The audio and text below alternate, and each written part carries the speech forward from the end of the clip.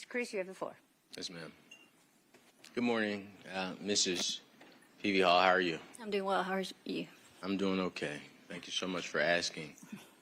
Between us breaking yesterday and you testifying now, has any attorney spoken to you about this case, your testimony? I talked to the DA this morning for a little bit. Okay. Your Honor, I have a motion. All right. Ladies and gentlemen, I'm going to have you go back into the jury room. I'll see you in a moment. Please don't discuss the case.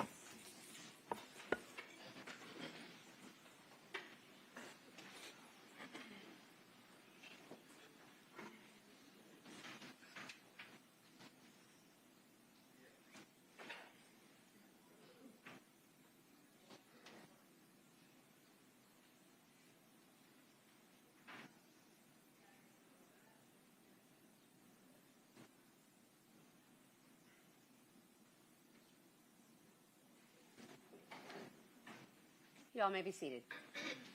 Yes, sir. Sure. Before I get into the motion, may I ask Mrs. P.V. Hall some questions about the conversations that she had with these? Can you tell the Honorable Court about your discussions with the state? He was just reassuring me about coming in today and said I was okay from yesterday and just keep telling the truth like I'm doing.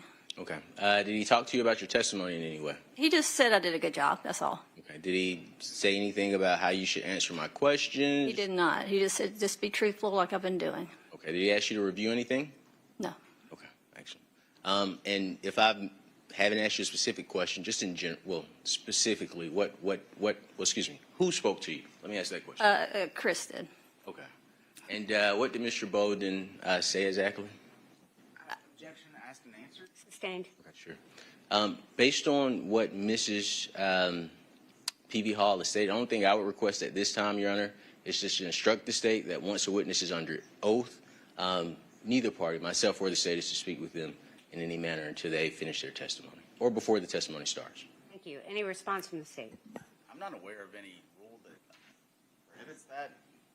So, I don't know what the basis is. Well, I agree with the state. There isn't any rule that prohibits what you have elicited from this witness. I think both parties realize they can't talk to a witness about their testimony in any specifics in that way. That has not been shown, so I'm not going to give that instruction. I think both parties are aware of the law.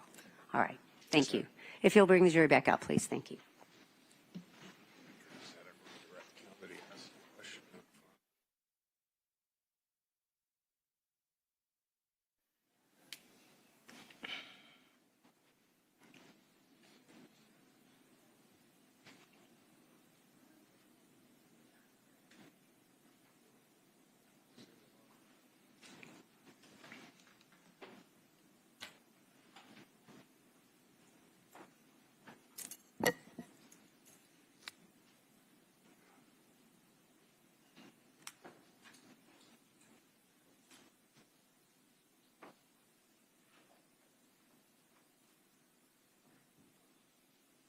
All right, you all may be seated. Thank you. Mr. Cruz, you have the floor. Yes, ma'am. Mrs. P.V. Hall, I believe we left off yesterday just discussing how Ms. Baker was with intimate details about her life. I believe we left off yesterday. I think the last question that I asked you is that when you were speaking to law enforcement, you said that there are certain things that Ms. Baker wouldn't share with anyone. Is that correct? That would be correct with regards to her relationship. That would be something between her and her partner. Okay. And is it fair to say that Ms. Baker was not the type of person to share really intimate and private details about her life? When it came to her partner, yes. Now, would you agree that Ms. Baker was a down-to-earth person? Yes. Outgoing? Yes. Fun, funny? Yes. Okay. She was in a sorority? Yes. And even while in law school, which you would agree is very tense, is that correct? Yes, I agree. She would still find time to go out, have cocktails, hang out with you? Not very often. Okay. Like I said, we were extremely busy at that time. We might try to get to a Georgia game, but it's definitely not like what undergrad was like at all. You might see a friend real quick after class, but you don't go out like you would in college. I believe your exact statement to law enforcement was you leave class, get a cocktail, then go home and study. Is that fair? Not every day, but sometimes. Ms. Baker also had a friend circle. Were you aware of her friend circle? Yes. Okay. And there were times when Ms. Baker would go out with a gentleman by the name of Steve, who was an attorney. Well, she would go out with the law office, and Steve was part of that. Okay. And Ms. Lauren Sherling as well. Yes.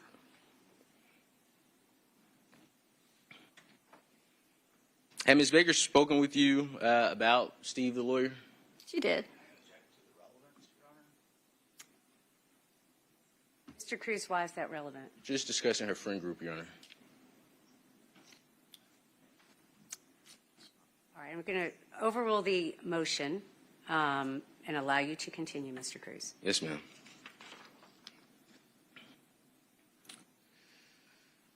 And I believe you stated this on direct, but I just want to make sure I'm clear. So just to make sure I'm 100% clear, the day before Ms. Baker's passing, which would have been the 18th, you were leaving home for the night. Is that Yes, correct? that is correct. And you informed Ms. Baker that you would not be home that night. Is that right? I did. And you stated that she began cutting up, saying she was going to be alone for the night. Do you recall making that statement? Yes, we were sitting there just talking and cutting up about the week and what was coming up that weekend. So, yes. Is it fair to say that Ms. Baker being home alone that night was a big deal to her? I wouldn't say that was a big deal to her. I think she was just cutting up just since we were all leaving. She was just excited. She had things to do. She was going to the law library to see her friends or to study. We've all been alone in that house at some point. It was not unusual. Is it true that you heard Ms. Baker ask Chris to come over that night after finding out that she was going to be home alone? She asked, but she knew with his job that it was probably not likely. And so she was not surprised when he could not do it. Okay. Thank you. After Ms. Baker's passing, you returned to the Deer Park home to gather your belongings. I did. And when you returned home, none of your jewelry was missing. Nothing was missing in mine, no. Your jars had not been rummaged through? Nothing. Only the stuff you can tell from the firefighters. Yes, ma'am. And is it fair to say that you had numerous items of value in your bedroom? Yes. Ms. Peavy, do you remember the layout of your Deer Park home? I do. Okay, you had your own bedroom and you had your own bathroom, is that right? That's correct. And you and Tara, this is probably clear, so forgive me, I just want to make it clear for the record, but you and Tara did not share the same bathroom. We did not share the same bathroom. Okay, you had your own toilet, shower, and bathtub. Correct. But her bathroom did have the door open to the main room. Say that again? Her bathroom had the door open to the main room, So so she could actually go walk through. through her room and then go in her bathroom. Yes. On January 25th, 2001, Mr. Melton came to your home. Do you remember that? Again, this was 25 years ago. I'm sure it happened. And would you agree Ms. Baker was killed on January 19th, 2001? I would agree to that, yes. So you would not disagree that Mr. Melton was at your home within a week of Ms. Baker? No, I would not disagree to that, no.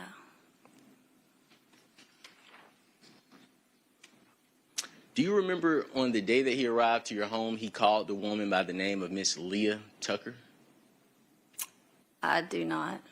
Was seeing a summary of your statement to law enforcement refresh your recollection? That's fine. Court's indulgence.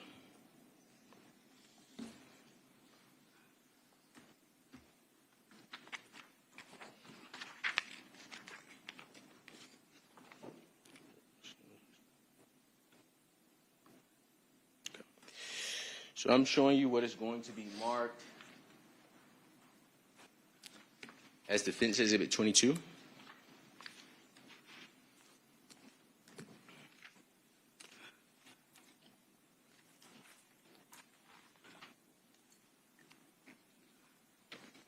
I'm showing you this for the purposes of refreshing your recollection. If you would, please look at page 2, paragraph 2, sentence 2 and 3. Okay. Your Honor, I just would ask Mr. Cruz to show me the exhibit before he shows it to the witness. All right, that's appropriate.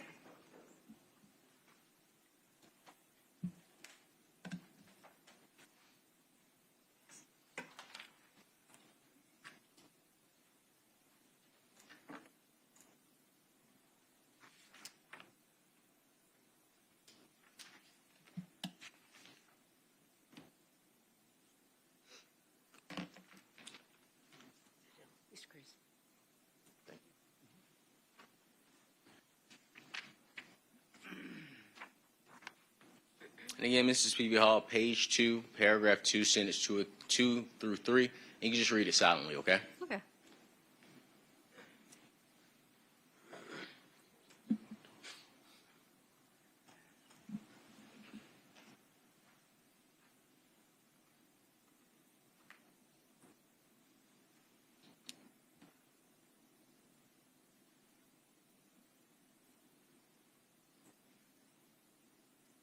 Okay.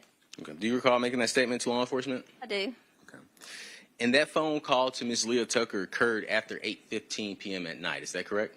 I did not see that on there, but That is going to be paragraph 1 and 2, okay. full paragraph 1, paragraph 2, sentence 2 through 3. Yeah, I read that, but yes. So I think on there it says sometime around 8 to 8:15. But yes, Leah Tucker was a cheerleader with him at Georgia College, and they were just really close friends. At the time, she was seeing someone as well. Yes, ma'am. And Mr. Melton set up a dinner with her for 5:30 on Friday, January 26, 2001. Is that correct? I do object again to relevance. Does Chris care to respond to the objection? Yes, ma'am. It goes to the evidence that we presented in our opening about Chris Melton's actions after Ms. Baker's death. Okay, I'm going to overrule the objection. You may continue. Repeat your question, please. Yes, ma'am. Please forgive me. Mr. Melton set up a dinner with Ms. Leah Tucker for 5:30 p.m. on Friday, January 26th. Okay. Is that correct? That's what it says in the statement. Yes, correct. Okay. And we would agree this is at a week after Ms. Baker's death. Is that correct? That's correct. But again, at this time, we were all reaching out to all of our friends and the people that cared about us at this time. Yes, ma'am. And the She follow. knew Tara as well. I'm sorry. She knew Tara as well. Yes, ma'am. The next day, on January 26th, Chris called a young lady by the name of Holly Hufford from your home. Is that correct? That's correct. And Chris set up a 1:30 p.m. lunch with Ms. Holly Hufford for January 26, 2021. Excuse me, 2001. Okay. Is that correct? That sounds correct. Well, not if it sounds correct. Is it correct? Do you recall making that statement based on a summary of your? From what you have in front of me, yes.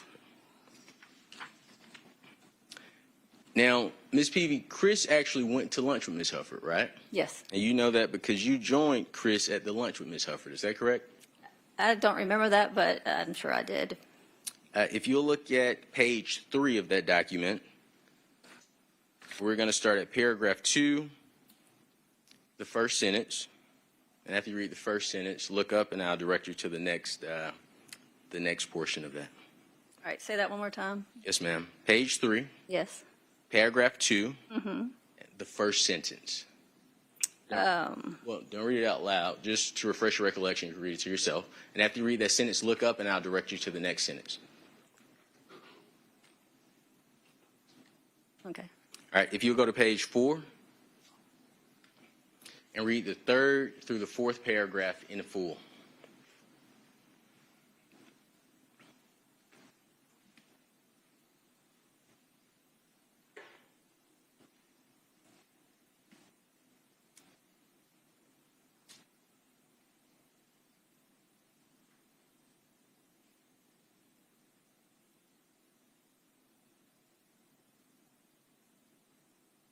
Okay.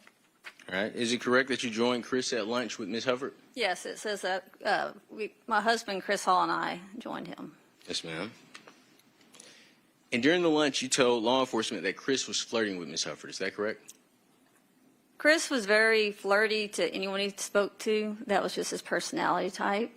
So is that a yes or a no? I guess that was a yes, but he didn't mean it in any way that you would call being flirty. That was his personality. Well, not what I mean. Were your words that... Yes, those were my words. And during lunch, Chris was also gently rubbing Hufford's lower back. He might have been. Again, this was 25 years ago. Sure. Would reading the summary of your statement refresh your recollection? Probably would. If you'll go to page 5, and starting at the last paragraph to the top of page 6. So start at page 5, last paragraph. Read that paragraph to the top of page 6.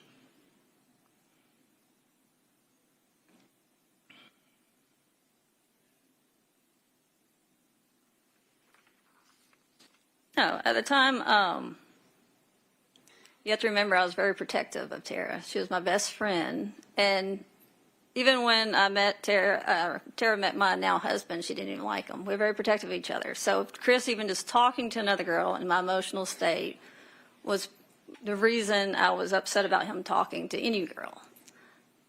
Yes, ma'am. My question is, during the lunch, was Chris gently rubbing? Yes, he was gently rubbing her back. And when you and your husband, He was my boyfriend at the time, yes. yes, ma'am. When you and Mr. Hall left, Chris continued to hang out with Ms. Hufford. Is that correct? Yes.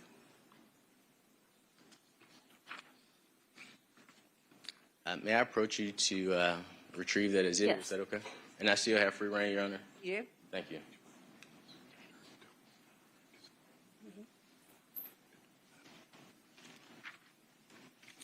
Those are my questions. Thank you so much for your patience. You're welcome. Any redirect, Mr. Bolden? Very, very briefly. Go ahead. Ms. Hall, there are a couple things I neglected to ask you yesterday. Okay. I meant to. Are you aware generally with how the fire started at 160 Fawn Drive? Yes, I am. They actually had me walk the scene that next day, or the day. And with walking, I noticed by the oven there were some fibers. It looked to be from, we realized it was from, I had a cream chenille blanket that was on the back of the chair that was next to Tara's door. And they had used that to start the fire on the oven. And we still saw. I also neglected yesterday afternoon to ask you about the clock in Tara's room. Were you familiar with that clock? Yes, it's a new clock, but it looked like an antique. It was a little, I guess, like a wooden stand clock with just a little clock face. And to the best of your knowledge or recollection, was that clock functional? Yes, it was brand new. Even she likes things that looked old, but this was a brand new object. Then my last question, Ms. Hall, is do you remember in the days following the fire and Tara's death, providing samples of your hair to law enforcement? Yes, I mean, we would do anything they asked us just to make sure they could proceed and find out who did this to our friend. Thank you, ma'am. That's all I have. Any recross, Mr. Cruz? No, ma'am. May this witness be excused. I'd ask that she be excused. All right. And is she under subpoena from you, Mr. Cruz? I believe so, so I would ask that she remains on call. All right. But you're okay with her leaving today? No objection to that? Correct. Once we have 24-hour notice, we need. All right. Thank you. You are free to go. If you are under subpoena with the defense, then you are still under subpoena. But you may leave now. Thank you.